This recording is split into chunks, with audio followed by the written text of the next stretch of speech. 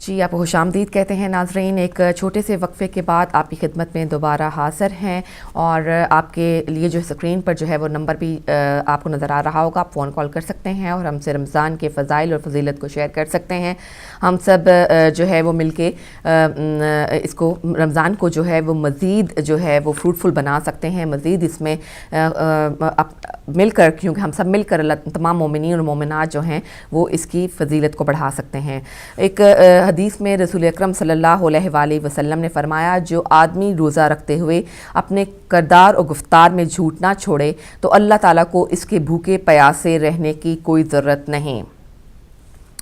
اور یہ جیسے آپ کو اندازہ ہوا کہ بھوکے پیاسے رہنا، بے شک اللہ کے نزدیک اس شخص کا روزہ، اس شخص کا بھوکے پیاسا رہنا جس نے بھوک اور پیاس برداشت کرنے کے ساتھ ساتھ اللہ تعالیٰ کے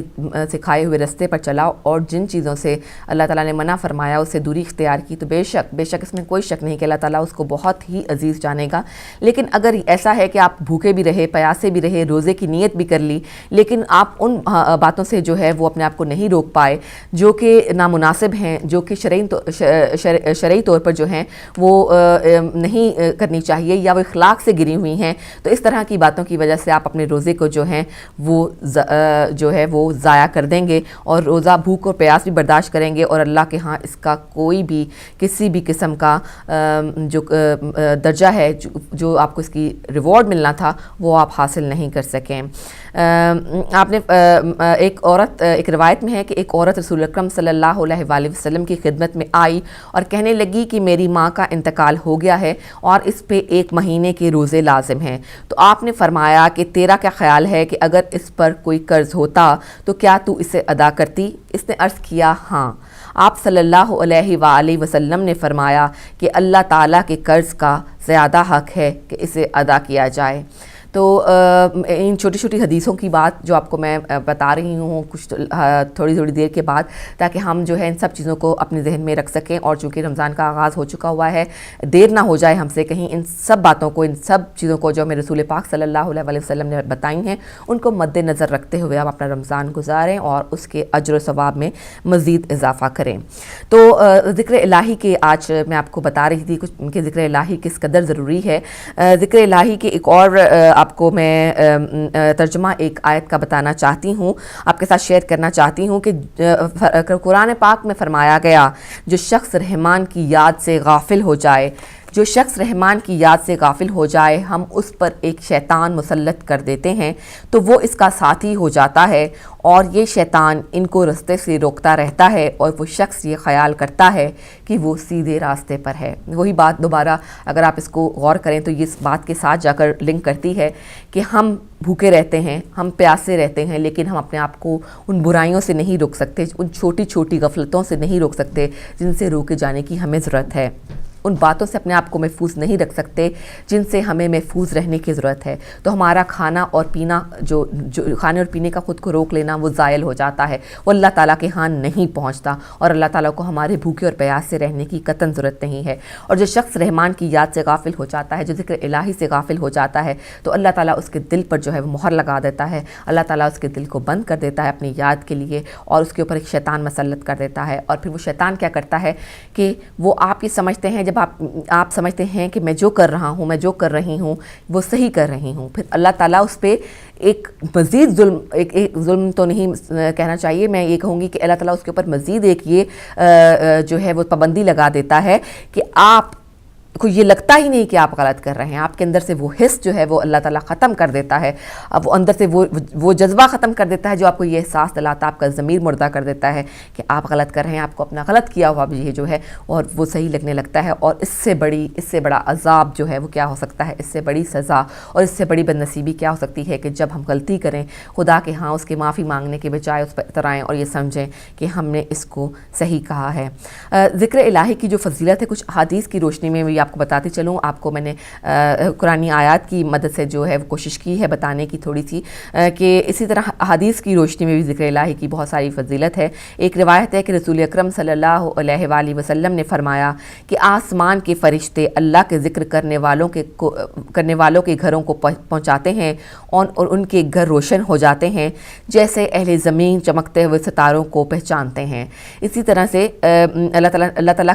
کیا فضیلت دیتا ہے ذکر کرنے والوں کو, اور روزے میں ذکر کرنے والوں کو کیا اہمیت ہوتی ہوگی, یہ تو آپ اس سے ہی اندازہ کر سکتے ہیں کہ اگر آپ عام دنوں میں اللہ تعالیٰ کا ذکر کرتا ہے تو کیا فرشتے کیا ہیں, وہ اللہ کے ذکر کرنے والے گھروں کو پہچانتے ہیں. اور پھر جو روزے میں ذکر کرتا ہے تو آپ کیسے سوچ سکتے ہیں کہ اللہ تعالیٰ اپنے فرشتوں کو ان کی نگہبانی کے لیے نہیں بھیجتا ہوگا, یقیناً بھیجتا ہوگا. اور اس طرح سے پہچانتے ہیں جس طرح ہمارے نزدیک آسمان پر موجود جو ستارے ہیں ہم ان کو پہچانتے ہیں, ان کو دیکھتے ہیں, ہمیں پتہ ہے کہ روزانہ نکلنے ہیں. اسی طرح یہ فرشتے جو ہیں وہ ذکر کرنے والے گھروں کو پہچانتے ہیں. ایک جگہ رسول اکرم صلی اللہ علیہ وآلہ وسلم نے فرمایا کہ اہل جنت کو سوائے اس گھڑی کے جو اللہ کے ذکر کے بغیر گزری ہوگی اور کسی بات پر حیرت اور افسوس نہیں ہوگا.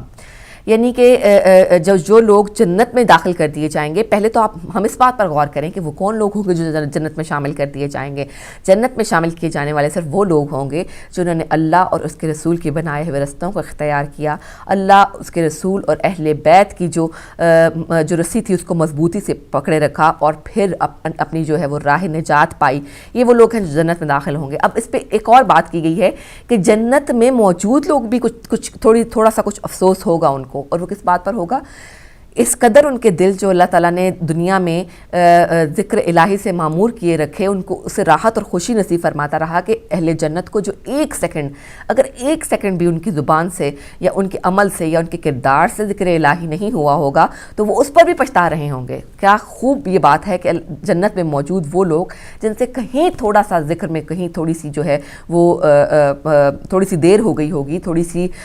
جو ہے تھوڑا سا ان کو ٹائم نہیں مل سکا ہوگا, کچھ لمحے, کچھ لمحات, کچھ سیکنڈ سے ہی ملے ہوں گے ذکر کرنے کے, وہ اس پر بھی افسوس کر رہے ہوں گے. اور کہیں ہم اندازہ کر سکتے ہیں کہ ہم ان لوگوں میں شامل ہیں جو ہم ذکر سے غافل رہتے ہیں, اور کہاں وہ لوگ, وہ اہل جنت جو ایک سیکنڈ کے ذکر کی غفلت سے بھی خود کو کوس رہے ہوں گے کہ ہم نے وہ اللہ تعالیٰ کے ذکر سے خالی کیوں کیا. ایک جگہ ایک روایت ہے کہ رسول اکرم صلی اللہ علیہ وآلہ وسلم نے فرمایا کہ اللہ تعالیٰ فرماتا ہے کہ میرے بندوں میں سے میرے دوست اور میرے پیارے وہ ہیں جو میرا ذکر کرتے ہیں اور میں ان کا ذکر کرتا ہوں. آیت سے بھی یہ بات پہلے کنفرم کی جا چکی ہے کہ اللہ تعالیٰ ان لوگوں کا ذکر کرتا ہے اپنے فرشتوں کے ساتھ, اپنے ان فرشتوں کے ساتھ جو رحمتیں لے کر زمین پر جاتے ہیں, جو روشنیاں لے کر زمین پر جاتے ہیں, جو لوگوں کے دلوں کو اور جو لوگوں کے گھروں کو اللہ تعالیٰ کے نور سے منور کرتے ہیں, ان کے ساتھ ان کا ذکر کرتا ہے, جن کا ذکر جو ہے وہ جو لوگ جو ہیں اللہ تعالیٰ کا ذکر کر رہے ہیں. ابھی ایک بہن کا فون آیا تھا, ان سے بات کر کے بہت اچھا لگا, اور ان کے بچے کو چکن پاکس جو ہیں وہ نکلے ہوئے ہیں جو کہ ختم ہونے والے ہیں. اللہ تعالیٰ ان کی اولاد کو, بلکہ تمام مسلمین اور مسلمات اور تمام مومنین اور مومنات کی جو اولاد ہیں ان کو صحت و تندرستی والی اور لمبی زندگی عطا فرمائے, اور ان کو توفیق عطا فرمائے کہ وہ اللہ تعالیٰ کے راستے پر چل سکیں, اور ہم تمام والدین کو جو ہے وہ توفیق عطا فرمائے کہ اولاد کی تربیت جو ہے وہ بہتر طریقے سے انجام پا سکیں. تو ان بہن نے کہا کہ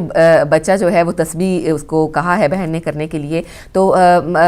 مجھے ظاہر آپ کو علماء کرام جو ہیں وہ اعمال صحیح طریقے بہتر طریقے سے بتا سکیں. میں اپنی تجربے کی حیثیت سے کہ میں اپنے بچوں سے کیا کہتی ہوں کہ ان کو تسبیح کر لینی چاہیے جو ان کے لیے پڑھنے کے لیے بھی آسان ہو, جو ان کے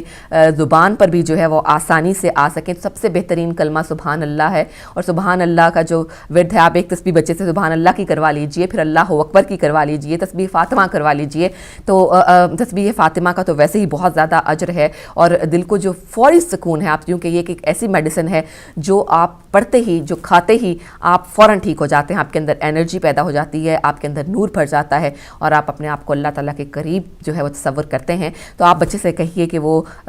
سبحان اللہ کی تسبیح کرے, الحمدللہ کی تسبیح کرے, اللہ اکبر کی تسبیح کرے, اور سبحان اللہ و بحمدہ بہت ہی خوبصورت کلمہ ہے, یہ پڑھ سکتے ہیں بچے, آسان ہے, یاد کرنا بھی ان کے لیے مشکل نہیں ہوتا. بہت زیادہ پریشر جو ہے بڑی بڑی چیزوں کا وہ بچوں پہ نہیں ڈالنا چاہیے, گریجولی آہستہ آہستہ ان کی عمر کے حساب سے, ان کی جو جتنی ان کی استطاعت ہے, جتنا ان کا دماغ ہے اس کے حساب سے آپ ان کو پڑھنے کے لیے بتائیں. غفلت نہ کریں, چھوٹی چھوٹی باتیں ان کو بتاتے رہیں, چھوٹی چھوٹی ذکر ان کو بتاتے رہیں, اور پھر ان کی عمر کے ساتھ ساتھ ان ذکر کے جو کوانٹٹی ہے جو ہے وہ بڑھتی جانی چاہیے. اور پھر ایک وقت آتا ہے جب بچے جو ہیں وہ خود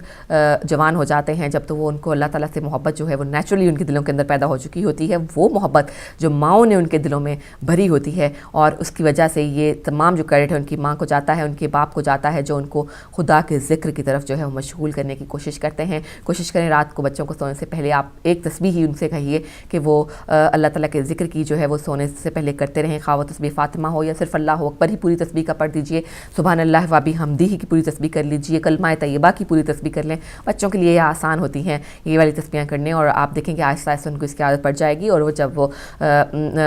بالغ ہو جائیں گے اور جب ان پہ تمام جو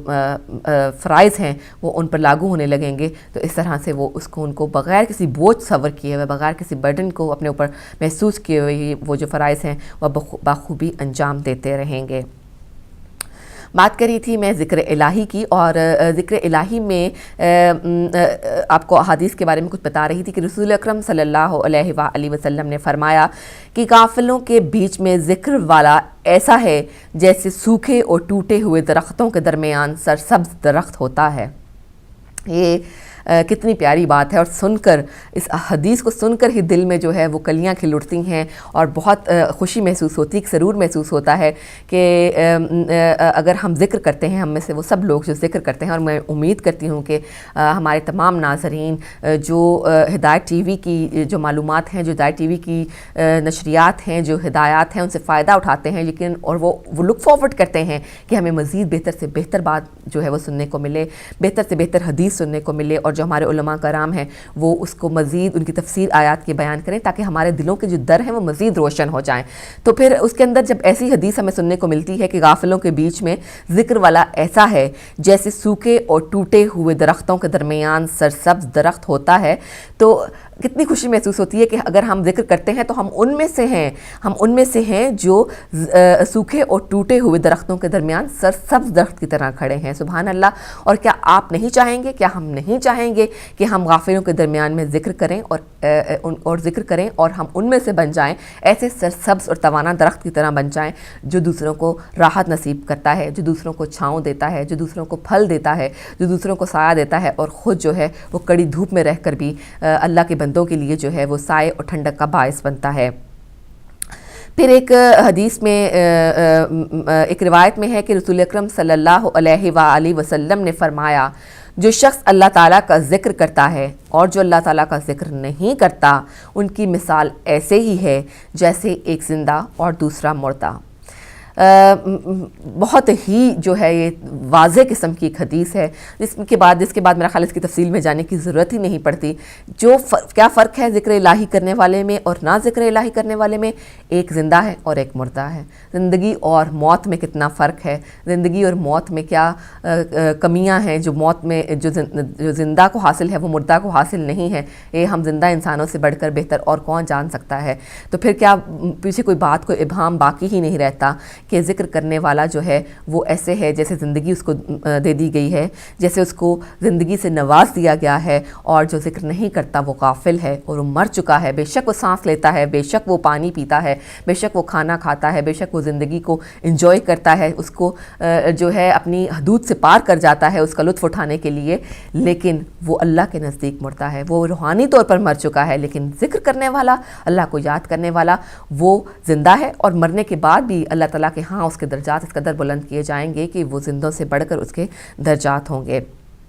ایک جگہ اللہ تعالیٰ معاف کیجیے گا حدیث بیان کر رہی ہوں میں. ایک جگہ حضور اکرم صلی اللہ علیہ وآلہ وسلم نے فرمایا کہ صبح و شام اللہ کا ذکر کرنا اللہ کے راستے میں تلوار چلانے اور مال خرچ کرنے سے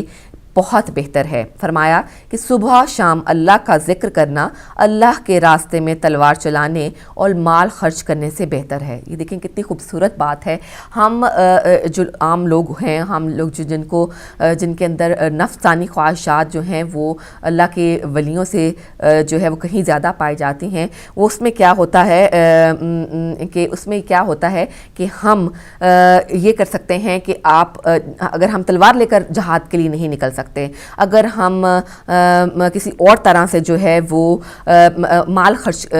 میرا کہنے کا مقصد یہ ہے کہ ہم تلوار لے کر اپنی جان قربان نہیں کر سکتے جہاد میں, تو ہم کیسے جہاد کر سکتے ہیں؟ ہم اللہ کے ذکر سے جہاد کر سکتے ہیں. اور فرمایا گیا کہ صبح و شام اللہ کا ذکر کرنا اللہ کے راستے میں تلوار چلانے اور مال خرچ کرنے سے کہیں بہتر ہے. یعنی کہ اللہ تعالیٰ نے ان لوگوں کو اتنی فضیلت, اتنا درجہ عطا فرما دیا ہے جو اللہ تعالیٰ کا ذکر کرتے ہیں کہ وہ جہاد کرنے والوں سے بھی بہتر کر دیا ہے ان کو. اور وہ لوگ جو دن رات اللہ کی راہ میں مال خرچ کرتے ہیں, صدقہ کرتے ہیں, خیرات کرتے ہیں, اور جن کی وجہ سے اللہ کی وہ مخلوق جو راحت پاتی ہے ان سے بھی بہتر قرار دے دیا ہے کہ ان لوگوں کو جن لوگوں کو ذکر الہی میں مشغول پاتا ہے. اور ذکر الہی جو ہے وہ اس بہترین عبادت ہے, جہاد کرنے سے بھی بہترین اور مال خرچ کرنے سے بھی بہترین ہے.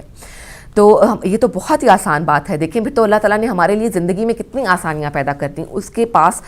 جنت کے اعلیٰ ترین درجے میں پہنچنے کے لیے ہمیں کتنی آسانی دے دی کہ آپ نے صرف ذکر کرنا ہے اللہ تعالیٰ کا, اللہ تعالیٰ کو یاد کرنا ہے, اپنے دل کو غافل ہونے سے بچانا ہے, اور آپ اللہ تعالیٰ کے نزدیک کتنے اعلیٰ درجے پر پہنچ جاتے ہیں, اور کس قدر اپنی رحمتوں سے آپ کو نوازتا ہے صرف اس ایک بات پر کہ آپ اس کا ذکر کرتے ہیں. پھر ایک اور جگہ ارشاد فرمایا گیا کہ رسول اکرم صلی اللہ علیہ وسلم نے سے سوال کیا گیا کہ کون سا عمل سب سے زیادہ افضل ہے. آپ صلی اللہ علیہ وسلم نے فرمایا, تیری زبان مرنے تک اللہ کے ذکر سے تر رہے. عمل رسول پاک سے پوچھا گیا, محمد مصطفیٰ صلی اللہ علیہ وآلہ وسلم سے یہ پوچھا گیا کہ کون سا عمل جو ہے وہ سب سے بہتر ہے. تو دیکھیے انہیں کسی اور عمل کا ذکر نہیں کیا, انہوں نے جہاد کا ذکر نہیں کیا, انہوں نے جو اپنے مال کو خرچ کرنے کا ذکر نہیں کیا. انہوں نے ایک ہی بات کی کہ تمہاری جو زبان ہے وہ مرتے دم تک اللہ تعالیٰ کے ذکر سے تر رہے, اور اللہ تعالیٰ کے ذکر سے تر رہے گی تو جب تم اللہ تعالیٰ کے پاس دوبارہ حاضر ہوگے تو تم اپنے آپ کو جنت کے اعلیٰ درجے میں پاؤ گے. اور یہ ذکر الہی جس کی افادیت جو ہے وہ کتنے گنا بڑھ جاتی ہے جب آپ روزے سے ہوتے ہیں. آپ روزے سے ہوتے ہیں, آپ کے اندر توانائی کی کمی ہوتی ہے, آپ نے بھوکے ہوتے ہیں, آپ پیاسے ہوتے ہیں, آپ کے ڈی ہائیڈریشن جو وہ کا عمل جو ہے وہ چل رہا ہوتا ہے, لیکن اس کے باوجود آپ کو اللہ سے اتنی محبت ہوتی ہے, ہمیں اللہ سے اتنی محبت ہوتی ہے کہ ہم اس کا ذکر جو ہے اپنی زبان سے کرتے رہتے ہیں, اور ہمارے حلق خشک ہو جاتے ہیں, ہماری زبانیں خشک ہو جاتی ہیں, ہمارے اندر جو انرجی ہے وہ کم پڑنے لگتی ہے. لیکن جو اللہ کے پیارے بندے ہیں جنہوں نے روزہ رکھا ہے, جنہوں نے اللہ تعالیٰ کے لیے ایک باطنی عبادت ہے جو صرف اللہ جانتا ہے کہ آپ کا روزہ ہے. اگر آپ کسی کو نہیں بتائیں گے کہ آپ کا روزہ ہے, کوئی نہیں جان پائے گا کہ آپ کا روزہ ہے, لیکن یہ صرف اللہ اور آپ کے درمیان میں ہے. اور اس حالت میں بھی جب آپ اپنی زندگی کے کام بھی انجام دے رہے ہیں, بھوکے رہ کر, پیاسے رہ کر, آپ کو کام پر بھی جانا ہے, آپ کو بچوں کی پرورش بھی کرنی ہے, آپ کو اپنے گھر کے کام بھی کرنے ہیں, آپ کو باہر کے کام بھی کرنے ہیں, آپ کو روزی روٹی کے لیے بھی باہر نکلنا ہے, لیکن آپ کا روزہ ہے, تو سوچیے کہ اللہ تعالیٰ کے نزدیک آپ کا کیا مقام ہوگا, آپ کو کس قدر اعلیٰ درجے پر اللہ تعالیٰ رکھے گا. اور اس کے ساتھ آپ اپنے آپ کو, اپنی زبان کو بری باتوں سے, اپنی زبان کو جو برائی والی باتیں ہیں یعنی غیبت سے, جھوٹ سے, اس طرح کی چیزوں سے اگر محفوظ رکھیں گے تو سبحان اللہ آپ کے روزے کا ایک درجہ اور بڑھ جائے گا. جب آپ اپنے ہاتھ کو برے عمل سے روکیں گے تو آپ کا ایک اور درجہ بڑھ جائے گا. جب آپ اپنے قدم کو بری جگہوں پر جانے سے روکیں گے تو آپ کا ایک درجہ اور بلند کر دیا جائے گا. اور پھر ان سب پہ سونے پہ سہاگا یہ کہ جب آپ زبان سے اپنی زبان سے اللہ تعالیٰ کے ذکر, زبان کو اللہ تعالیٰ کے ذکر سے تر کر رہے ہیں, تو آپ کے درجات جو ہیں وہ بالکل اسی طرح بڑھتے چلے جائیں گے کہ آپ کے لیے کاؤنٹ کرنا ان کو مشکل ہو جائے گا. تو سب سے زیادہ افضل عمل کون سا قرار پایا؟ سب سے زیادہ افضل عمل وہ قرار پایا جس میں آپ ہر وقت اللہ تعالیٰ کی تسبیح اور شان بیان کرتے ہیں, اور زبان سے ذکر کرنے کے بعد آپ اپنے ہاتھ سے ذکر کرتے ہیں, یعنی کسی کی مدد کرتے ہیں, کسی کی مشکل میں آسانی کا باعث بنتے ہیں, تو وہ بھی ذکر الہی کا ایک درجہ ہے. اور پھر ایک اور آپ کو حدیث بتاتی چلوں کہ حضور اکرم صلی اللہ علیہ وآلہ وسلم نے فرمایا کہ شیطان ابن آدم کے دل سے چپکا ہوا ہے, لیکن جب وہ اللہ کا ذکر کرتا ہے تو وہ الگ ہو جاتا ہے, اور جب ابن آدم غافل ہو جاتا ہے تو شیطان وسوسہ ڈالتا ہے. یعنی شیطان نے تو کہہ دیا, اس نے اللہ تعالیٰ کے پاس جا کر یہ کہا کہ میں تیرے بندوں کو غافل کرتا رہوں گا اور ان کو گناہوں پہ مجبور کرتا رہوں گا, لیکن اللہ تعالیٰ نے اس کو اپنے بندوں کی پرکھ کے لیے, اپنے بندوں کی آزمائش کے لیے زمین پر چھوڑا ہے. خدا تعالیٰ کے لیے کوئی مشکل نہیں ہے کہ وہ تمام انسانوں کو پرفیکٹ بنا دے, تمام انسان صرف اللہ کی کاموں میں مشغول رہیں اللہ کی نیکیوں میں، بلکہ اللہ تعالیٰ نے دنیا جو ہے وہ آزمائش کے لیے بنائی تاکہ اپنے پیارے بندوں کو، اپنے جو اس نے تخلیق کی ہے انسان، اس کو دیکھے کہ وہ کس قدر اللہ تعالیٰ سے، اس کی اپنے خالق سے محبت کرتا ہے اور شیطان کے بنائے ہوئے رستوں پر چلنے کی بجائے اللہ تعالیٰ کے بنائے ہوئے رستوں پر چلتا ہے۔ تو بات کری تھی کہ اللہ تعالیٰ نے ذکر جو ہے وہ جب شیطان آپ کے ساتھ، آپ کے دل کے ساتھ چپک چکا ہو، تو جب آپ ذکر اللہ تعالیٰ شروع کرتے ہیں، ذکر خداوند باری تعالیٰ شروع کرتے ہیں، تو وہ شیطان جو ہے وہ کوسوں دور بھاگ جاتا ہے، وہ بلبلاتا ہے، وہ چیختا ہے، وہ چلاتا ہے کہ یہ اس بندے نے جس کے میں دل سے چپکا ہوا تھا، اس نے یہ کیا کر دیا، اس نے یہ اللہ تعالیٰ کا ذکر کیا اور جو میری تکلیف کا باعث بن رہا ہے، اور اب میں اس کے دل میں داخل نہیں ہو سکتا تب تک جب تک اس کے دل جو ہے وہ اللہ تعالیٰ کے ذکر سے جو ہے وہ منور ہوتا رہے گا۔ تو آپ اور ہم کبھی بھی یہ نہیں چاہیں گے کہ شیطان ہمارے دل سے چپکا رہے، شیطان ہمارے قریب بھی آئے، لیکن ہم نادانستہ طور پر شیطان کو خود اجازت دیتے ہیں کہ وہ ہمارے دل میں جا کر جو ہے وہ رہائش اختیار کرے اور پھر ہمیں ان تمام چیزوں سے غافل کر دے جس پہ پیغمبر مصطفیٰ صلی اللہ علیہ وسلم نے ہمیں واضح طور پر بیان کر دیا کہ ہمارا رب کیا کہتا ہے، ہمارا رب کیا چاہتا ہے کہ ہم کن رستوں پر چلیں، اور شیطان کا یہ کام ہے کہ وہ ہمیں غافل کرے ان رستوں سے جن پر ہم چلتے رہتے ہیں، چلانے کی کوشش کرتا ہے، اور اللہ تعالیٰ چاہتا ہے کہ ہم ان رستوں پر نہیں چل سکیں۔ ایک اور حدیث میں ہے کہ ہر چیز کے لیے صفائی کی کوئی ضرورت ہوتی ہے، کوئی چیز ہوتی ہے، یعنی کہ آپ دیکھیں کہ آپ کا جب گھر کی بات سے ہم ایک عام بات کرتے ہیں کہ ہمارے گھروں میں جب گند پڑتا ہے، یعنی کوئی چیزیں بکھرتی ہیں یا کوئی آپ سبزی تیار کرتے ہیں، آپ کچن میں گند پڑتا ہے تو آپ اس کے لیے کوئی نہ کوئی چیز استعمال کرتے ہیں۔ آپ کا چولہا جو ہوتا ہے، آپ جس کو کوکر کہتے ہیں، جب آپ اس پہ کھانا تیار کرتے ہیں تو اس کی سطح پر جو ہے وہ بہت ساری گریس جم جاتی ہے، آئل، جو بھی آپ کھانا بنا رہے ہیں، مسالہ جات، وہ آپ اپنے کچن کے اوپر، کوکر کے اوپر جو ہے وہ پائے جاتے ہیں۔ اب آپ کے پاس اس کو صاف کرنے کے لیے کوئی نہ کوئی کلینر ہوتا ہے، آپ کے پاس کوئی نہ کوئی بلیچ ہوتی ہے، آپ کے پاس کوئی نہ کوئی اسپرے ہوتی ہے جس کی مدد سے آپ وہ اسپرے کرتے ہیں اور اس کے بعد اس کوکر کو جو ہے وہ صاف کرتے ہیں اور وہ چمکنے لگتا ہے اور آپ مطمئن ہو جاتے ہیں کہ یہ جو صفائی ہے وہ میں نے کر دی اور یہ کتنا اچھا لگ رہا ہے اور اس میں سے کتنی اچھی جو ہے چمک جو ہے وہ ظاہر چمک رہا ہے، اور آپ کو ایک اطمینان حاصل ہوتا ہے کہ اب یہ گند جو ہے وہ ختم ہو چکا ہے۔ اسی طرح آپ گھر کی صفائی کرتے ہیں، روزانہ کرنی پڑتی ہے، روزانہ جو مٹی جو ہے وہ آ کر پڑتی ہے، آپ کو اس مٹی کو جو ہے اوپر سے ہٹانا پڑتا ہے۔ اسی طرح اللہ تعالیٰ نے، اسی طرح رسول اکرم صلی اللہ علیہ وسلم نے فرما دیا کہ ہر چیز کے لیے صفائی کی کوئی چیز ہوتی ہے، اور دلوں کی صفائی اللہ تعالیٰ کی یاد ہے۔ ایسے ہی ہمارا جو دل ہے وہ بھی گرد آلود ہو جاتا ہے، روزمرہ کی باتوں سے، روزمرہ کے شیطانی حرکتوں سے، نفسانی خواہشوں کو پورے کرنے کے چکروں میں ہمارے دلوں پر بہت گرد پائی جاتی ہے۔ ان کو ہٹانے کے لیے صرف اللہ تعالیٰ کا ذکر ہی ایک ایسی کاوش ہے، ایک ایسی کوشش ہے جس کو صاف کر دیتی ہے۔ اور اللہ تعالیٰ نے آپ کے لیے دیکھیں کتنی رحمت پیدا کی، کیونکہ جانتا ہے میرا بندہ جو ہے وہ برائی کی طرف بھی قدم بڑھائے گا، لیکن اس نے آپ کے لیے واپسی کے تمام راستے کھول رکھے ہیں۔ وہ جانتا ہے کہ اس کے دل پر گرد پڑے گی، وہ جانتا ہے کہ شیطان اس کے دل کو گندا کرے گا، وہ جانتا ہے کہ شیطان اس کو بہکائے گا، اس کو بھڑکائے گا، لیکن وہ اس کے لیے بہت ہی اس نے آسان طریقہ رکھ دیا ہے، وہ کلینزر، وہ اسپرے جسے آپ اپنے دلوں کو جو ہے وہ تازہ کر سکتے ہیں، شفاف کر سکتے ہیں، چمکتا ہوا بنا سکتے ہیں، بالکل اس کو صاف اور شفاف کر سکتے ہیں۔ وہ اللہ تعالیٰ کا ذکر ہے، وہ جو اسپرے ہے وہ اللہ تعالیٰ کا ذکر ہے، اور آپ کو یہ اسپرے جو ہے وہ مفت مل رہی ہے، آپ کو کوئی اس کے لیے ایفرٹ نہیں کرنی، صرف زبان ہلانا ہے آپ کو۔ زبان جو ہے ہم جھوٹ بولنے میں، غیبت کرنے میں، چغلی کرنے میں، دوسروں کی برائیاں کرنے میں، ایک دوسرے کے ساتھ گوسپ کرنے میں ہم اتنی استعمال کرتے ہیں، تب ہماری زبان جو ہے اس کو تھکن کا احساس نہیں ہوتا۔ لیکن اللہ تعالیٰ کا ذکر کرنے والے جن کے دلوں کو اللہ تعالیٰ نے غافل کیا ہے، ان کو یہ محسوس ہوتا ہے کہ اگر میں اللہ تعالیٰ کا ذکر کروں گا یا کروں گی تو ہماری جو زبان ہے وہ تھک جائے گی، اور وہ تھکن محسوس کرتے ہیں۔ وہ اس لیے کرتے ہیں کہ اللہ تعالیٰ، اگر وہ اللہ تعالیٰ سے غافل ہے تو اللہ تعالیٰ بھی ان سے غافل ہو چکا ہوا ہے۔ اور ایک آخری حدیث جو ہے وہ ذکر الہی کے مناسبت سے جو ہے وہ میں آپ کی خدمت میں عرض کیے چاہتی ہوں کہ ایک شخص کے پاس، رسول اکرم صلی اللہ علیہ وسلم نے فرمایا کہ ایک شخص کے پاس بہت درہم ہو اور وہ ان کو خیرات کر رہا ہو، اور دوسرا شخص اللہ کے ذکر میں مشغول ہو، تو ذکر کرنے والا افضل ہے۔ بار بار اس بات پر پیغمبر مصطفیٰ صلی اللہ علیہ وسلم نے زور دیا کہ وہ شخص افضل ہے اس شخص سے جو خیرات کرتا ہے، جو ذکر الہی کرتا ہے، اس کا درجہ بہت بلند ہے۔ ہے۔ رمضان کے حوالے سے آپ کو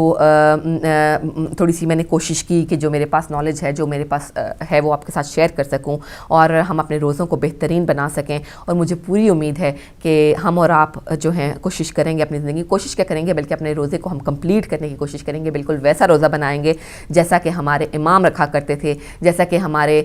پیغمبر کی اولاد رکھا کرتی تھیں۔ اسی طرح سے ہم اپنے روزے کو مکمل کریں گے اور انہی کے راستے پر، انہی کے طریقوں پر چلتے ہوئے اپنے روزے کو اپنی